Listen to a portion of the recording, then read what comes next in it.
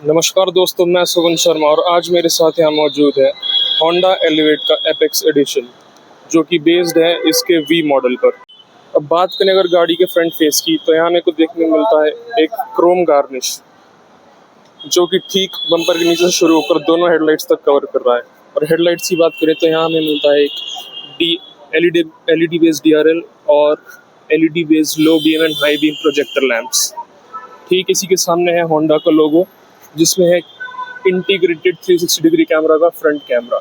और अगर आप बात करें गाड़ी के साइड फेस की, तो यहाँ सबसे पहले हमें देखने को मिल रहा है एक 16 इंच का स्टील रिम का व्हील, वो भी व्हील कवर्स के साथ। यहाँ साइड में फेंडर पे एपेक्स एडिशन की बैजिंग, साथ ही में electrically foldable and adjustable ORVM, जिसमें है एक इंटीग्रेटेड 360 कैमरा।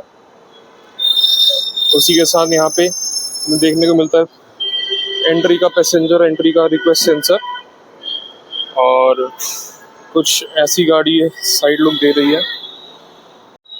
तो दोस्तों, अगर हम बात करें अभी इस गाड़ी के बैक फेस की, तो यहाँ पे कुछ इस तरीके से हमें एल शेप में मिल रहे हैं इसकी बैक लाइट्स।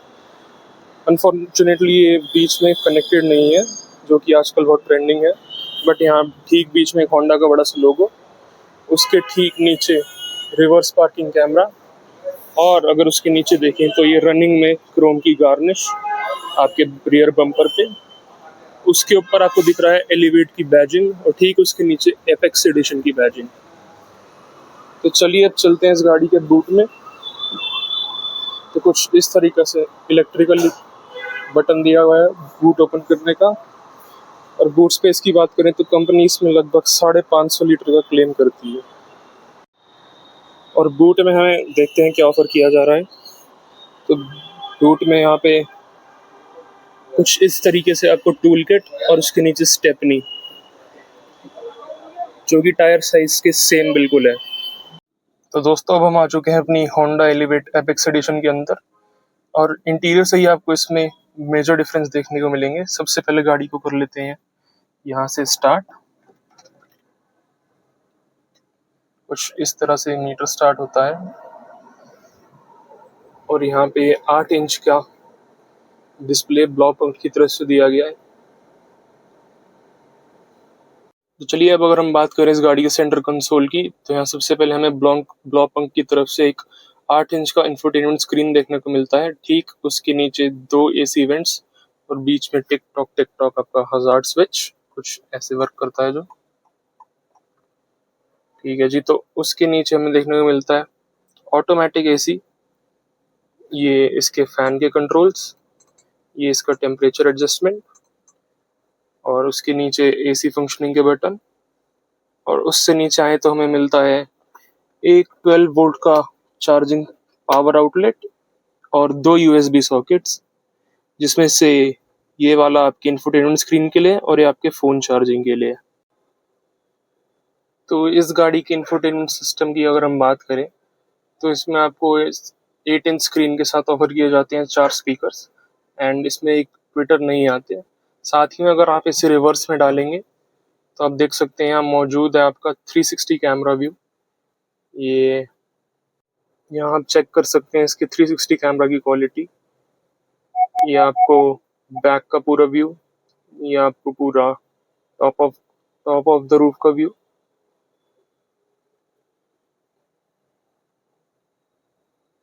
अब बात करें इस गाड़ी के गियर कंसोल और उसके अराउंड, तो यहाँ सबसे आगे आपको देखने को मिलते हैं ट्विन कप होल्डर्स, जो कि नॉर्मल है एंड कूल्ड नहीं है। उससे पीछे आपको मिलता है 6 स्पीड मैनुअल ट्रांसमिशन का गियर लीवर, और उससे पीछे आपके पास मौजूद है मैनुअल हैंड ब्रेक।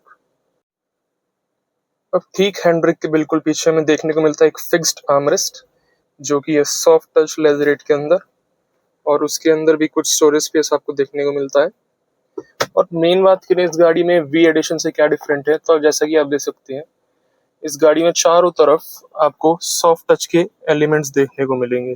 यहाँ फ्रंट डैशबोर्ड पे AC कंट्रोल्स के साथ, इवन की गियर कंसोल के साथ भी इन छोटी छोटी चीज़ों का ध्यान रखा गया है, जो कि इसे वी एडिशन से ज़्यादा प्रीमियम देखने में बना रही है। अब बात करें इस गाड़ी के एक और मेन फीचर के बारे में, जो कि है ये एम्बिएंट लाइटिंग, जो कि डैशबोर्ड और चारों डोर ट्रिम्स पर दी गई है, जिसको कंट्रोल करने का बटन आपको मिलता है कुछ यहाँ देखिए, यहाँ से आप इसका कलर भी बदल सकते हैं और इसकी ब्राइटनेस भी कम ज़्यादा कर सकते हैं।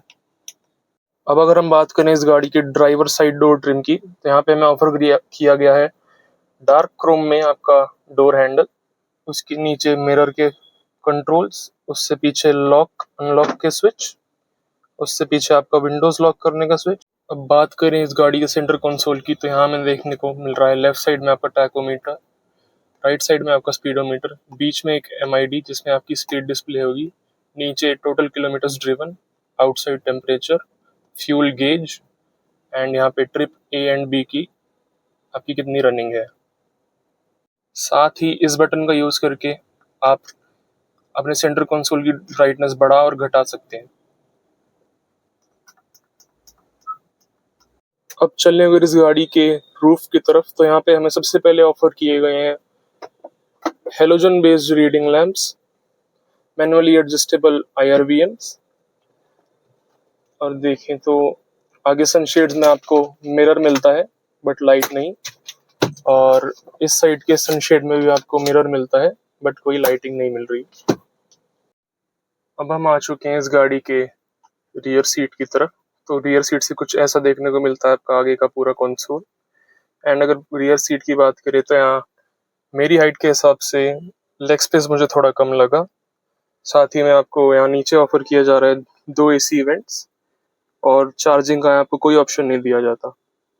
अगर हम बात करें एक ऐसी अच्छी चीज़ की जो आपको रियर सीट पे ऑफर की गई है, तो आप देख सकते हैं कि यहाँ पे तीनों हेडरेस्ट जो है वो एडजस्टेबल है, ना कि फिक्स्ड। ठीक इसके पीछे आपको मिलती है पार्सल ट्रे, एंड इसके पीछे बैक ग्लास, और ये ऊपर हाई माउंट स्टॉप लैंप।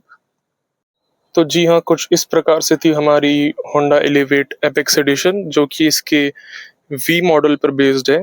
आपको कैसी लगी कमेंट्स में ज़रूर बताइएगा, और वीडियो को लाइक, शेयर और चैनल को सब्सक्राइब ज़रूर कीजिएगा।